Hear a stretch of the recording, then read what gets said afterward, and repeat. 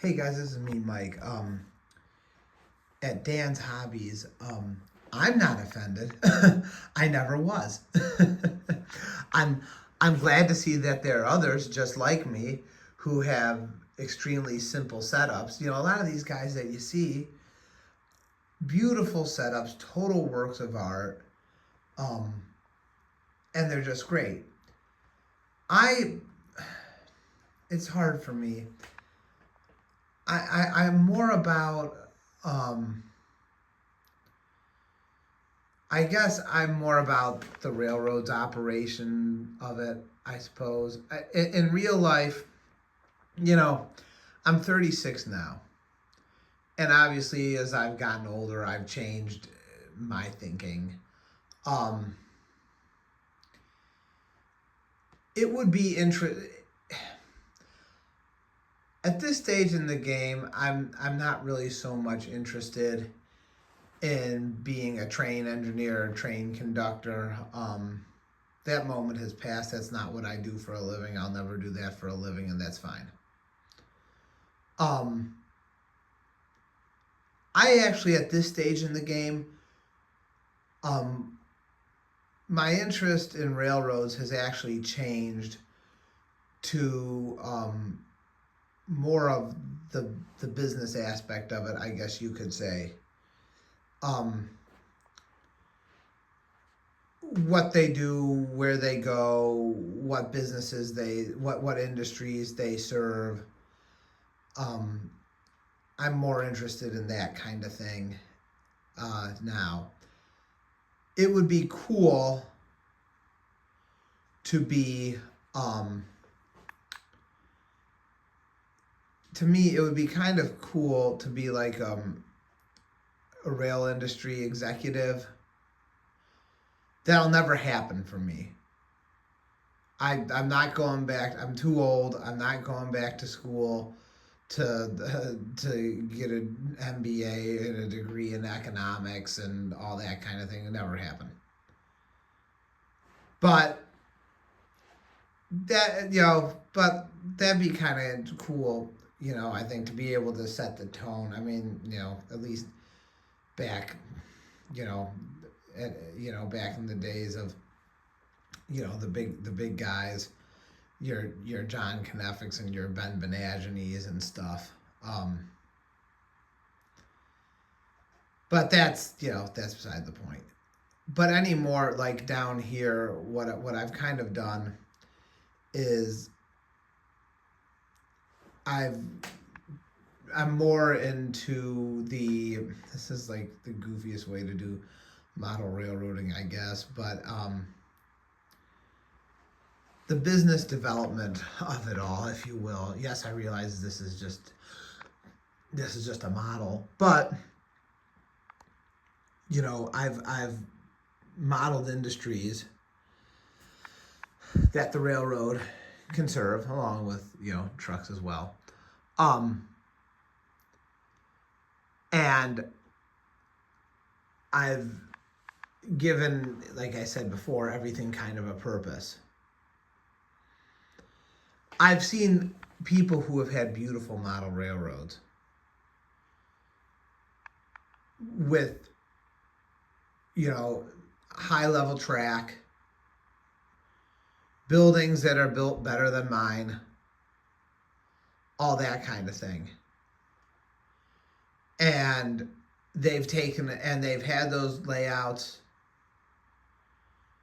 ran them a little while, then they've just collected dust for years on end, and then they've decided, yeah, it's been up here for a decade or so. I'm gonna take a sledgehammer to it.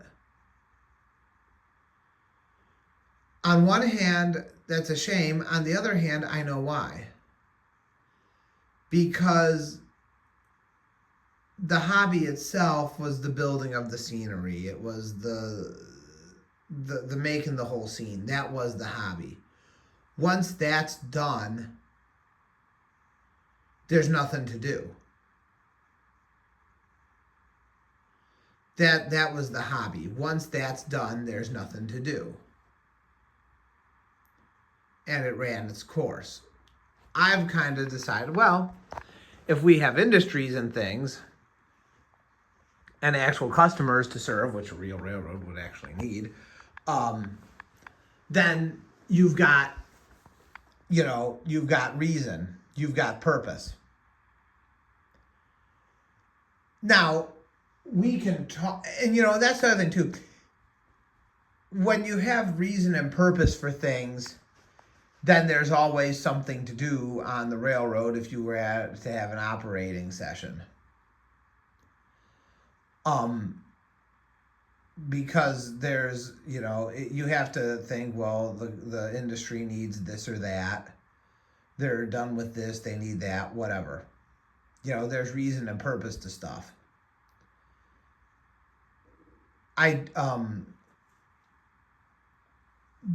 Everything else is just tools, I guess. Like, some people put a loop in and then they want to buy a bunch of locomotives and stuff, and that's how they stay interested. I'm interested in the industries that we serve and how we go about serving them on the railroad. That's my big interest. The train schedule, the train symbols, all that kind of thing. I have a lot of cars because we need cars to serve our customers. I am not fixated on locomotive power. Now, there's time and place, and we'll get to that. Stick around, folks. There's more coming, but I'm going to talk about the cars, and we'll talk about the locomotives too. A lot of people get fixated on that. That's cool and all, but and that's certainly something, but we need to look at these things from a business standpoint, which would be, we need, I guess anymore, the least amount of horsepower possible to move whatever it is we're moving.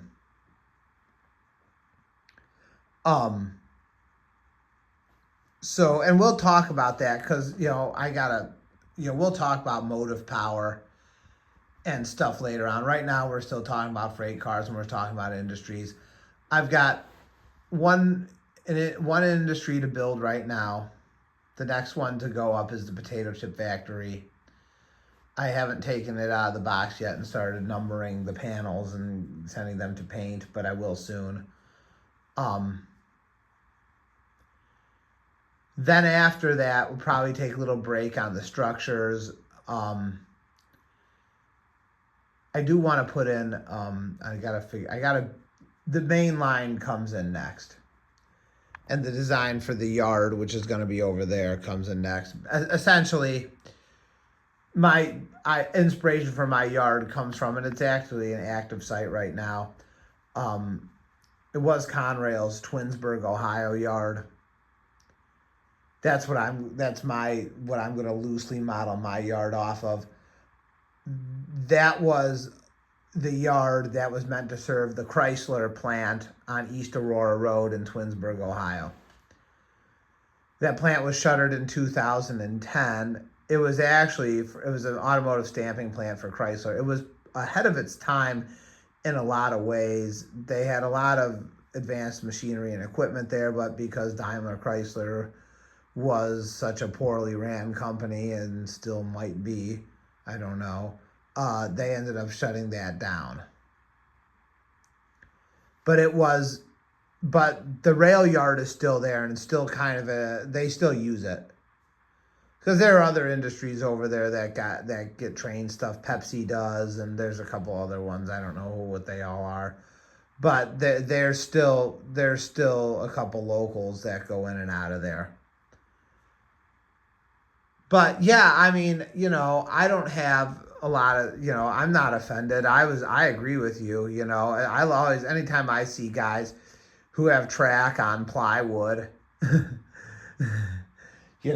and going upstairs, sir. Oh, okay.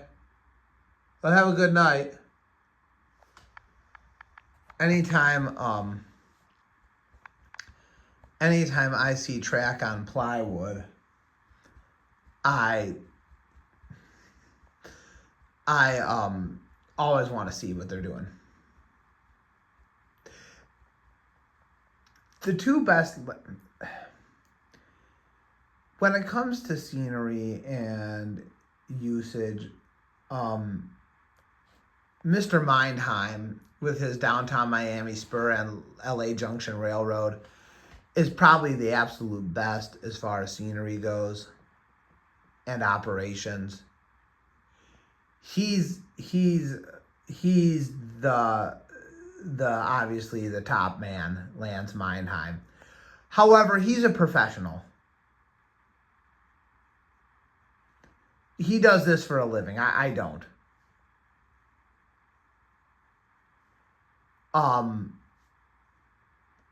There's the other one who is really very good, and he's kind of a professional too, I guess, but I don't know what he really does. I don't know that much about him personally, but Quebec and New England. I'm sure you guys all know who he is. Sheldon, I think, is the gentleman's name. He's got switching, he's got mainline, he's got the whole thing. He has industries that he serves. His stuff is great. His style's a little different than Meinheim, but they're very similar. But he's got, he's probably the best. Obviously, those two are professionals who've been around for decades, and they know what they're doing. But anytime I see anyone who's got plywood and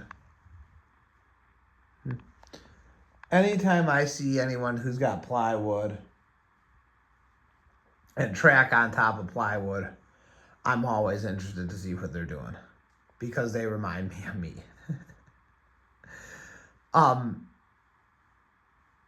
I like to talk about the business aspect of things as far as what our industries do and who they serve and where they're going and what the railroad does for them. And we've got trucks too.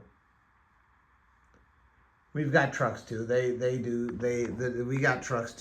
things as well. And I try not to make it so. What? Yes, sir? What, it's time for bed? Oh, you want it? What, do you want another treat? All right, you want me to pay attention to you and let you in? You're not allowed in. No, you're not allowed. You ruined. I had to get that carpet repaired over there because of you. I'd let you in if you could behave. You're just gonna wag your tail at me. You want another treat? Yeah, you want another treat? All right, let's go have a treat. We'll continue this later, but essentially, here's what we got to come on the channel. Main line, gonna build a yard right here where all this stuff is. I've got one more build industry to put in for now. Later on, I want to get Walther's Lakeview Shipping, which is like an LTL truck terminal. I'm going to make that a U.S. Post Office terminal. We'll talk about service-wise and rail service things. We're going to talk about a couple of things. We're going to talk about train symbols that Conrail had in real life. We're going to talk about these box cars, what they did, what Conrail used them for. We already talked about the Conrail's fleet of refrigerator cars. We're gonna talk about. I might even look up those box cars and do that. We'll talk a little bit about the transfer caboose here. I have stuff written. I have a book that Conrail Historical Society put out about all the cabooses that Conrail had. We'll get into motive power too. As far as how it's been used, and we're going to talk about some of Conrail's intermodal services. We'll talk about Trail Van. We'll talk about Conrail Mercury. That was a real thing too. So was Trail Van. Trail Van came before Mercury. We'll talk about those things. I wanted, like I said, to get Walther's Lakeview Shipping. I think that's what they call it, Lakeville Shipping. It's basically an LTL truck terminal. I was going to make that a post office sorting business, and Conrail Mercury can serve that. And maybe even a little UPS terminal. Walther's has a lot of UPS licensed stuff. And I'm thinking that maybe the Walther's UPS terminal, because they have a UPS terminal and they have UPS trucks, and they also have post office stuff too. They actually have mail trucks and stuff. I don't know if they have mail tractor trailers, but they have mail stuff.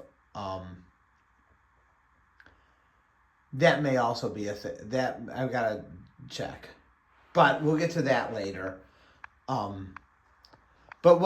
if you want to learn a little bit if you guys are interested in sticking around, this is pretty much modeling on a budget. I've used all Bachmann Easy Track, which actually I like because I know you want a treat. We're coming, which I like because it actually works pretty good.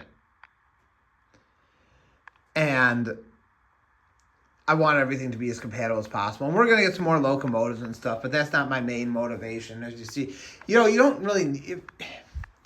Here's my opinion. You don't really need a lot of locomotives and stuff like that if you have a purpose for everything and you know what it's doing. You only need what you would need to move the trains that you want to move. You know what I mean? It's about the trains here, but it's not only about the trains. It's about the industries that the trains serve. That's really what it's about. It's the industries come first, and then the railroad comes second to serve the industries. Without the industries, the railroad has no purpose. So we're going to talk about the tools that the railroad used to serve the industries.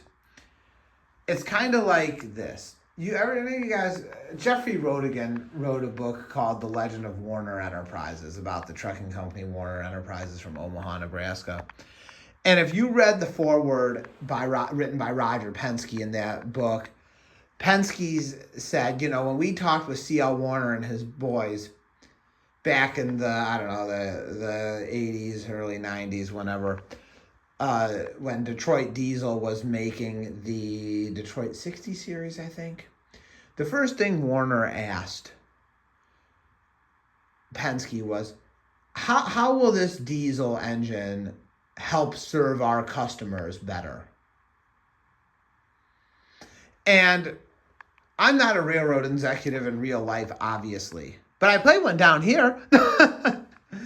And my question is, every locomotive that we buy, and we are going to buy more locomotives, how do those best serve our customers that the railroad has?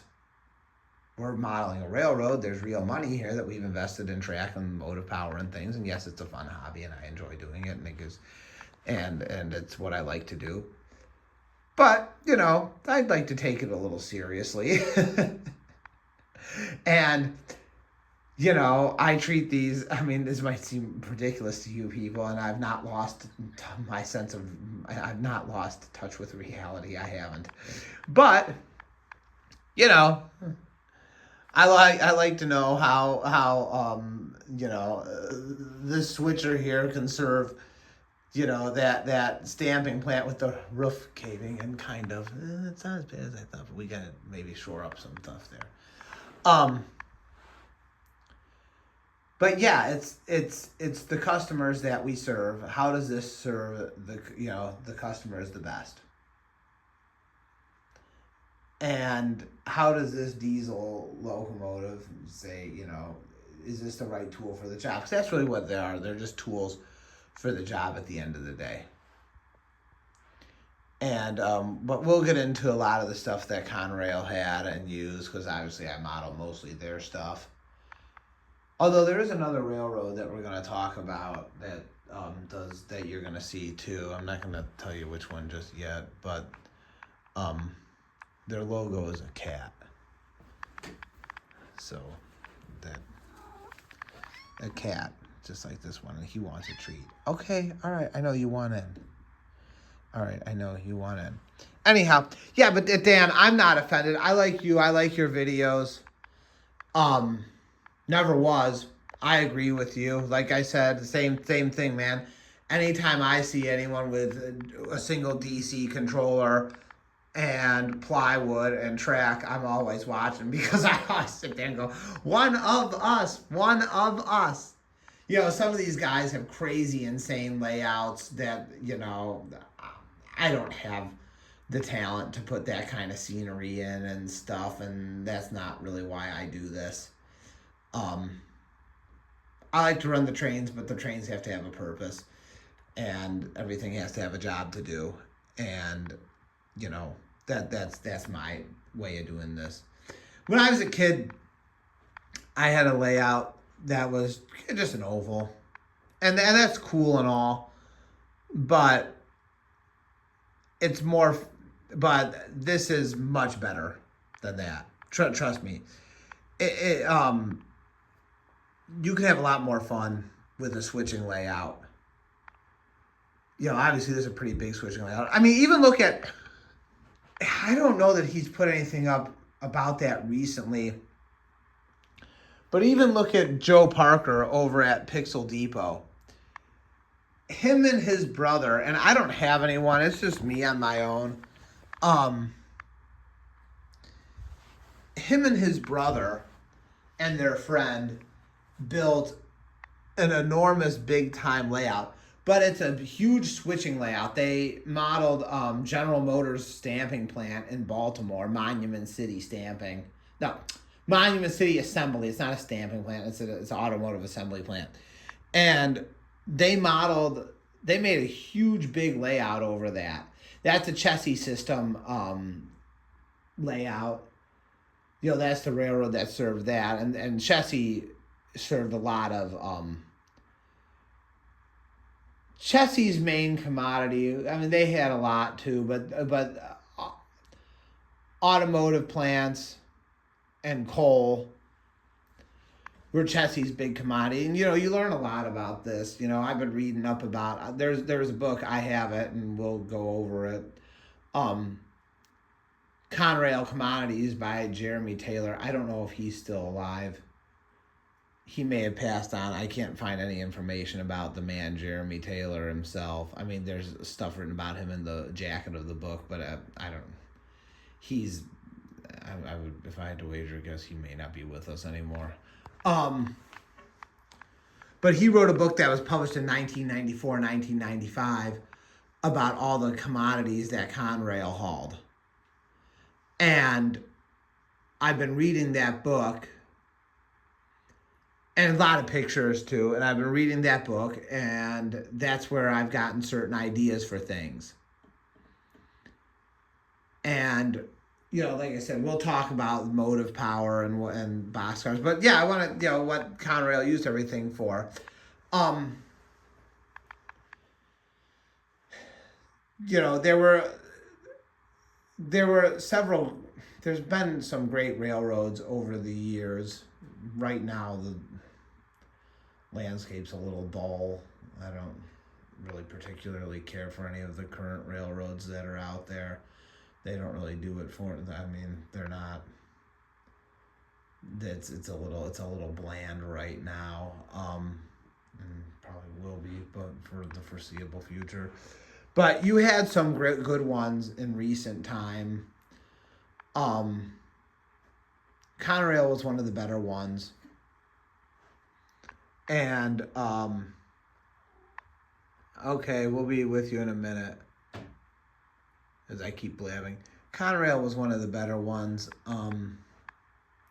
You had some railroads that were not maybe the best, but they were big and had a lasting impression. Burlington Northern and Southern Pacific come to mind.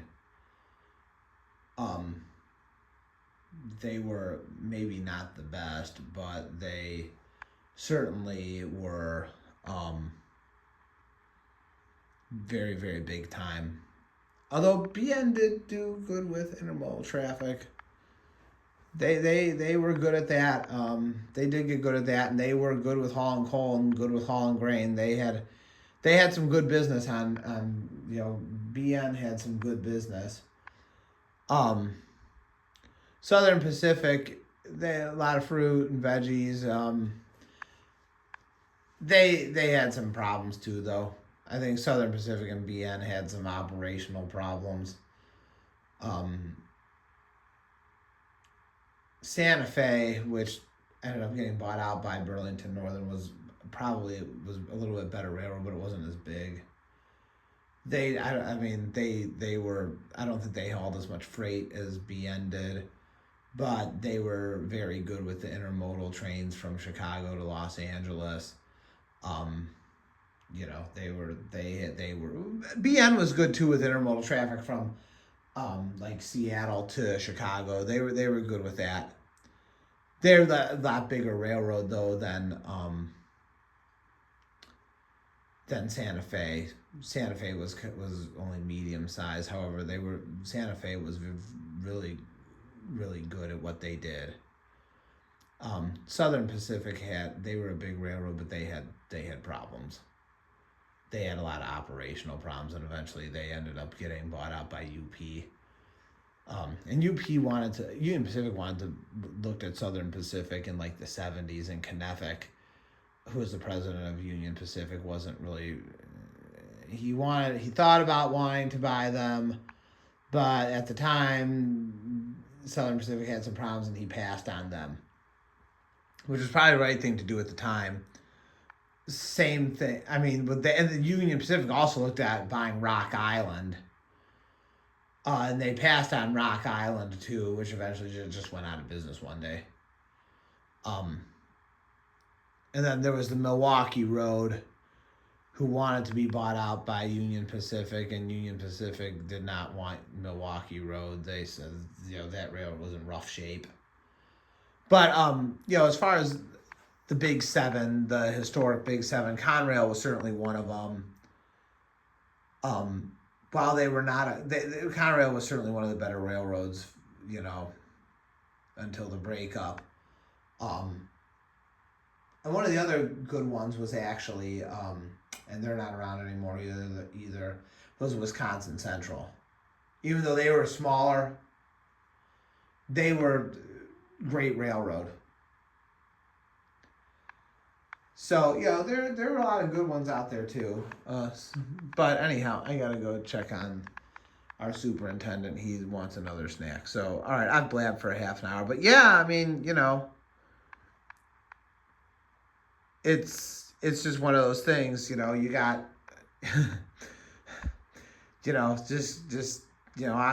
I'm just simple here.